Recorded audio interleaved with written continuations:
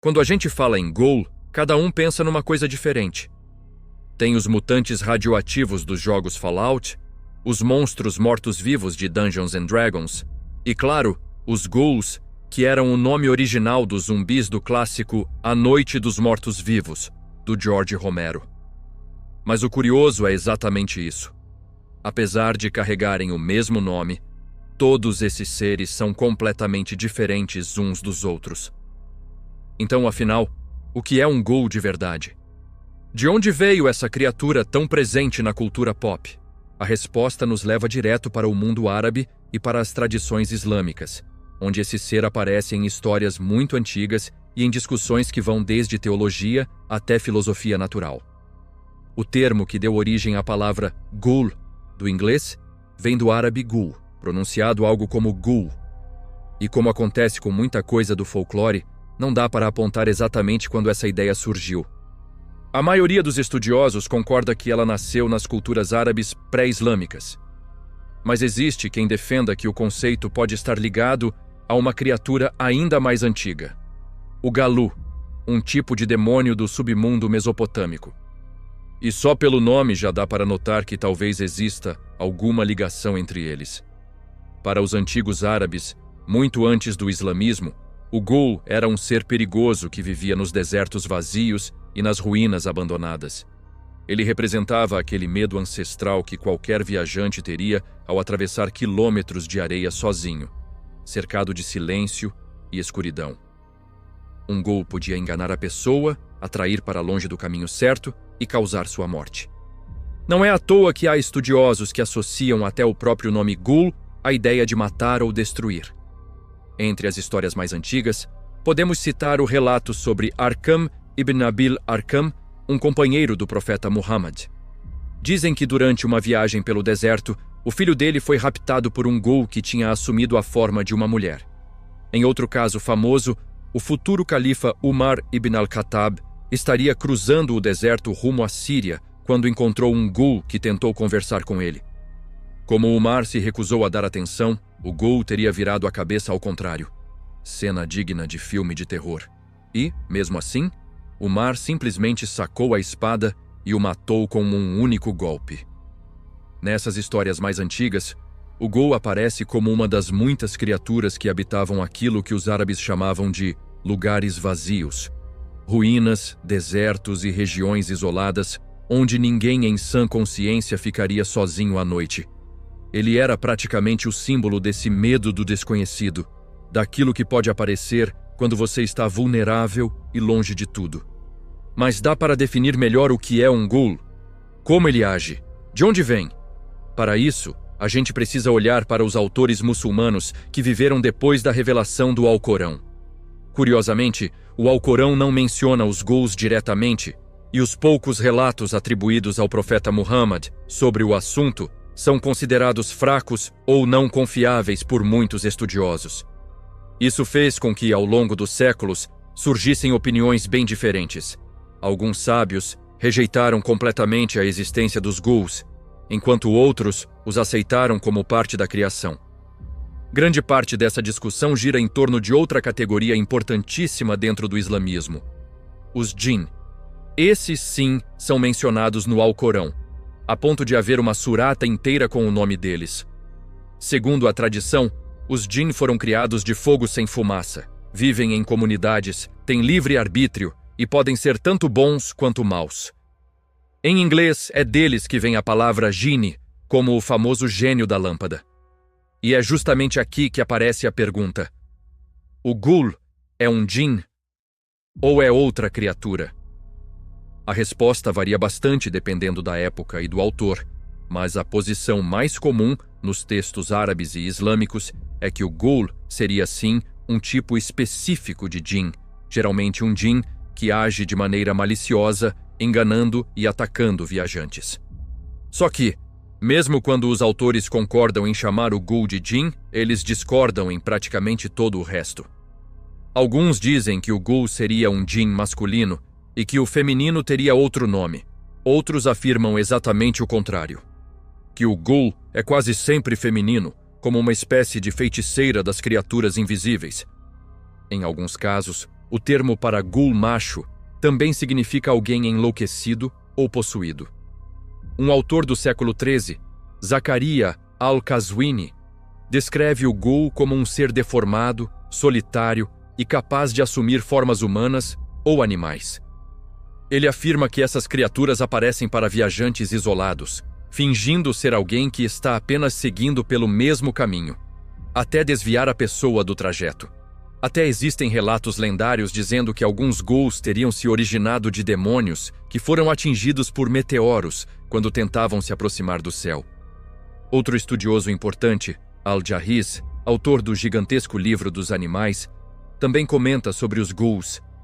Ele diz que essas criaturas costumavam atrair viajantes acendendo fogueiras no deserto durante a noite. Assim, quem estivesse perdido veria o fogo ao longe e acharia que era um acampamento, até descobrir que era uma armadilha. Para ele, um djinn só recebia o nome de ghoul quando assumia forma humana para enganar e hostilizar pessoas. Uma característica que aparece em várias histórias antigas é a habilidade de mudar de forma. Os ghouls podem se transformar em animais, pessoas desconhecidas ou até conhecidos da vítima. Há um caso famoso envolvendo o poeta pré-islâmico Tarafa ibn al-Abd. Ele teria encontrado um carneiro solitário no deserto, pegado o animal no colo e caminhado com ele por um bom tempo, até notar que o bicho estava ficando cada vez mais pesado. Quando finalmente o colocou no chão, percebeu que aquilo não era um carneiro, mas um ghoul. Esse mesmo poeta teria matado a criatura com um único golpe, e esse detalhe aparece repetidamente nas histórias antigas. O ghoul só pode ser morto com um golpe só. Se a pessoa desferir um segundo golpe, então serão necessários outros 1000 para terminar o trabalho. O ghoul usa justamente isso para enganar suas vítimas, fingindo estar morrendo para que o guerreiro dê mais um golpe e caia na maldição. Al-Jahiz, que era ligado à corrente racionalista dos Mu'tazila, discutiu essa crença dizendo que muitas dessas histórias eram fruto de medo, alucinações e imaginação de pessoas que estavam sozinhas em ambientes perigosos. Para ele, grande parte dos relatos era exagero, confusão ou até pura invenção de poetas buscando fama. Mas nem todo mundo compartilhava desse ceticismo. Fora dos meios mais filosóficos, acreditava-se fortemente na existência literal dos ghouls, especialmente entre comunidades que viviam próximas aos desertos. Para elas, esses seres eram parte real dos perigos da noite, assim como animais selvagens, bandidos e espíritos. Quando falamos de djinn e criaturas sobrenaturais do mundo islâmico, é quase impossível não lembrar de As Mil e Uma Noites, a famosa coletânea de histórias que se espalhou pelo mundo inteiro. Os djinn aparecem o tempo todo nas narrativas, ora como seres hostis, ora como ajudantes, ora como forças imprevisíveis. Mas, curiosamente, os ghouls não aparecem tanto quanto os djinn, com uma exceção famosa, a história de Sid Numan. Nesse conto, o protagonista se casa com uma mulher chamada Amina, aparentemente perfeita. Só que ele começa a estranhar um detalhe: ela praticamente não come. Um dia, curioso, ele a segue discretamente e descobre algo aterrador. Amina sai escondida durante a madrugada e vai até um cemitério, onde encontra um ghoul. Juntos, eles desenterram um cadáver e se alimentam dele. E sim, Amina também é um ghoul disfarçado. Quando Side Numan tenta confrontá-la, ela o transforma em um cachorro com magia. A história continua a partir daí, cheia de reviravoltas. Mas o ponto importante é que essa narrativa ajudou a consolidar fora do mundo árabe a ideia de que ghouls comem cadáveres, algo que não aparece nos textos árabes mais antigos. E isso tem uma explicação bem simples. Essa versão de As Mil e Uma Noites usada no Ocidente foi moldada por Antoine Galland, um francês do século XVIII que adicionou várias histórias novas ao que encontrou em manuscritos árabes. Grande parte do que consideramos clássico, como Aladim, nem sequer existia nas versões originais. O hábito dos ghouls de comer corpos provavelmente veio de influências europeias, como vampiros e outros seres necrófagos. Mesmo assim, Como o folclore vive mudando e nunca fica parado, essa versão acabou pegando.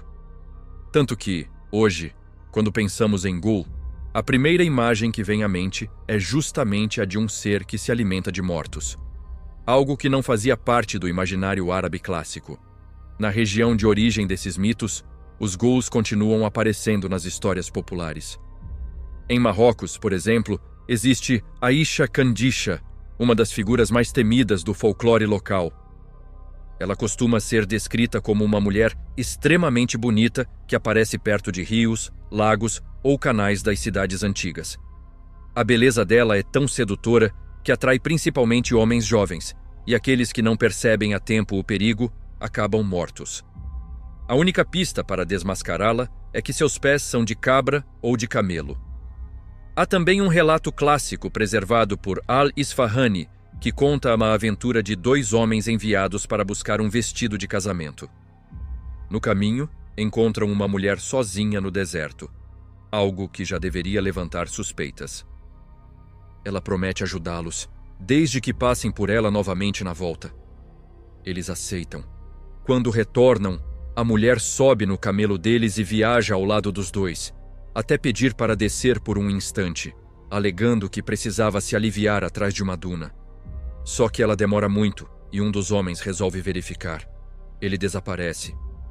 O segundo vai atrás e vê uma cena terrível: a mulher devorando o fígado do companheiro.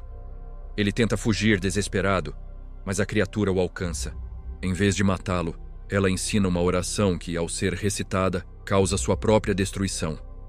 Um detalhe que parece ecoar antigas tradições sobre recitações protetoras que afastariam djinn maliciosos. Essas histórias mostram como os ghouls ocupavam um espaço ambíguo entre o terror, o desconhecido e a religiosidade popular. Eles podiam ser criaturas malignas, espíritos enganadores, shapeshifters traiçoeiros e até possíveis parceiros românticos em alguns contos mais improváveis. Com o tempo, essas narrativas se espalharam para a Europa e acabaram aparecendo em obras literárias ocidentais. Charles Dickens menciona ghouls em um de seus contos natalinos, e Emily Brontë compara Heathcliff a um ghoul em O Morro dos Ventos Uivantes. Aos poucos, o nome passou a ser usado para qualquer criatura monstruosa, deformada ou devoradora de cadáveres. Gostou do vídeo? Então deixa o like, se inscreve no canal e ativa o sininho para não perder os próximos conteúdos. Até o próximo!